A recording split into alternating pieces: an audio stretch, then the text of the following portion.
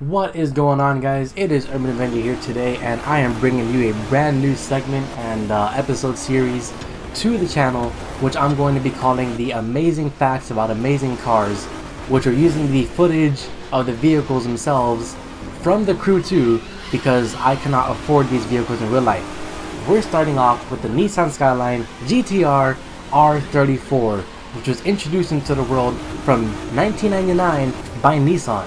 Now this thing is a beast. Not only is it a Skyline, which Skylines have been around since about 1957, not under Nissan, but were introduced by Prince Motor Company, which then later sold the rights to the Skyline to Datsun, which then became Nissan. So the car's been around for quite a while, but it wasn't available here in the States for a long time, mainly because nobody knew what the Skyline even was here in the US until games like Gran Turismo, Need for Speed started putting them in the games, and a little movie known as Fast and Furious, that movie, you know, the little movie that we know and love nowadays, introduced it to our fanboys over here in the States now, which now is one of the most popular cars, arguably one of the most popular cars of all time. But anyways, the R32, R33, and R34 GTR Skylines set the stage for 2 decades worth of boy racer video games and a Hollywood blockbuster franchise that skirted the line of what was actually realistic and what was just plain ridiculous, and the basis for American import car lovers' automobile bucket list that almost always go unfilled. These cars are hard to get, man. These cars are ridiculously hard to get a hold of, but they are amazing. And like any Japanese car, any Japanese supercar worth its factory supplied turbo, Nissan's designers targeted the weakness of some of the already established and expensive European monsters out there, which in this case was for the GTR was Porsche's 959, and it worked. The R32 specifically dominated JTCC races and the Group N series in its homeland, where the GTR's presence is most widely known. And out of all Japan's late 20th century supercar lineup, the GTR no doubt remains the most elusive, mostly because American car buyers have never been privy without paying all sorts of premiums and dealing with the sorts of bureaucracies that are often associated with importing cars from another country. And let's not forget about that stupid 24-year rule. But anyways, both the R32, R33, and also the R34 Skyline GTR are powered by the RB26 DETT engine and an all-wheel drive layout, which features a 2.6 liter twin-cam inline 6, which lays out approximately 320 horsepower, even though it was only advertised as having 280 due to the Japanese Motor Company's gentleman agreement. That agreement was basically there to make sure that any Japanese motor company would not outshine their competitors and make it more of an equal playing field, basically out of respect for the other Japanese motor companies, which I respect that. That's actually pretty cool. So even though it said on paper it had 280 horsepower and was advertised as such, once you got in the car and drove it off the lot, you knew damn well it had a lot more than that. And what makes it so much special, or makes it even more special, is that not only did it come with that much horsepower, but they are capable of tuning it even higher to 4, 5, or even 600 horsepower with the same stock engine. That's insane. That's part of the reason why that the Nissan Skyline lineup is known as Godzilla.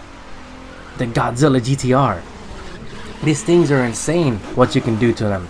And specifically, it's the all-wheel drive layout that makes the GTR such a special car, the Skyline GTR. Its longitudinally mounted engine, which is mated to a conventional rear-wheel drive setup, allows it to behave almost like a rear-wheel drive car, even though it's all-wheel drive. So it's powered through this all-wheel drive system, which allows you to handle it almost like any rear-wheel drive car until it gets out of hand. And when it does get out of hand, then the ATESA, or Advanced Total Traction Engineering System for all-terrain, kicks in and sends traction to the appropriate wheels to keep you in line. The car takes care of you when you're trying to go crazy. Like, that's awesome. Basically what it does is that the system's based off of a conventional rear-wheel drive gearbox, which drives the rear differential to the standard tail shaft, and then the end of the transmission sits on the all-wheel drive transfer case, of which a short drive shaft transverses back to the front wheels through another differential, and then inside the transfer case is a multiple clutch pack which distributes torque, and information like the G-force, boost pressure, throttle position, and individual wheel speed is fed into the computer, so you can see everything that's going on with the car in that one little LCD screen on your dashboard, which, mind you, this is a car from 1999. This kind of technology on your screen and your dashboard wouldn't be modernized or standardized until probably at least a decade or two later, coming into 2010s and 2015, with almost every car now having some kind of computer screen in it. But once you got in there, if the traction was lost in the all-wheel drive system and any of the wheels, the clutches would intervene and engage and send torque to the appropriate wheels. That's awesome! That is amazing! There's cars now that don't even have these kind of systems. This Skyline GTR, looking at the R34, was way ahead of its time. This is what makes it so amazing and such a legendary tuner car. It's all this kind of crazy technology it had. And it looks good too. But anyways, that's pretty much going to wrap it up for today's video on our little amazing facts and amazing things about the Skyline GTR, specifically the Skyline GTR.